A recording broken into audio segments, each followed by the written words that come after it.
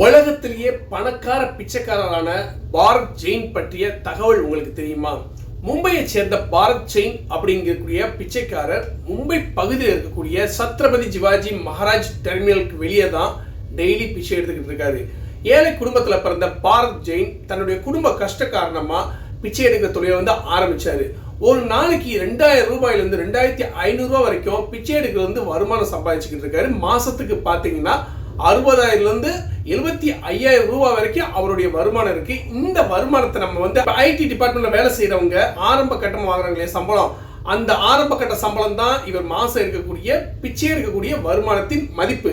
இவர் என்ன செஞ்சிருக்காருன்னா, பிச்சை எடுக்கக்கூடிய அந்த காசை கொஞ்சமா சேர்த்து வச்சு 1.5 கோடி ரூபாய்க்கு ஒரு பிளாட் வாங்கியிருக்காரு. நல்ல சொகுசு பங்களா அப்படி வச்சுக்கோங்களேன், சொகுசு பங்களா வாங்கியிருக்காரு. அந்த 1.5 கோடி ரூபாய்க்கு வாங்கின அந்த சொகுசு பங்களாவோட இன்றைய மதிப்பு 7.5 கோடி ரூபாய். அது மட்டும் இல்லாம அவருக்கு தனியா ஒரு 2-3 கடைகள் இருக்கு. இந்த கடை மூலமா 30,000 ரூபாய்க்கு வாடகைக்கு விட்டு அதுலயும் வருமானம் எடுத்துக்கிட்டு இருக்காரு. அவங்க பிள்ளைகளை நல்ல ஹை ஸ்கூல்ல இங்கிலீஷ் மீடியத்துல படிக்க வச்சிருக்காரு. நல்ல ஒரு கல்வி கொடுத்திருக்காரு. இந்த பாரத் ஜெயின் என்னும் உலகத்திலேயே பணக்காரரான பிச்சைக்காரர்.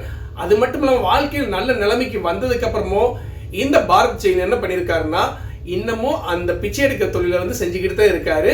அவரால் அந்த டெய்லி அந்த மாதிரி பிச்சை எடுத்து பழகினால அந்த பழக்கத்துல மீண்டு வர முடியலன்னு சொல்லி சில சமூக வலைதளவாசிகள் கருத்துக்களையும் போட்டு அவரை பற்றி ஃபன் பண்ணிக்கிட்டு இருக்காங்க. பட் இது என்னைக்குமே ஒரு கருத்துள்ள ஒரு விஷயமாவும் பார்க்கப்படுறது என்னன்னா, எந்த ஒரு தொழிலாக இருந்தாலும் முயற்சி செஞ்சுக்கிட்டே இருந்தோம்னா ஒரு நாள் அந்த தொழில் நமக்கு நல்ல ஒரு வருமானத்தை கொடுக்குங்கிறது இந்த இவருடைய கதையிலிருந்து தெரிஞ்சுக்கிற வேண்டிய ஒரு விஷயம். மீண்டும் ஒரு நல்ல தகவலுடன்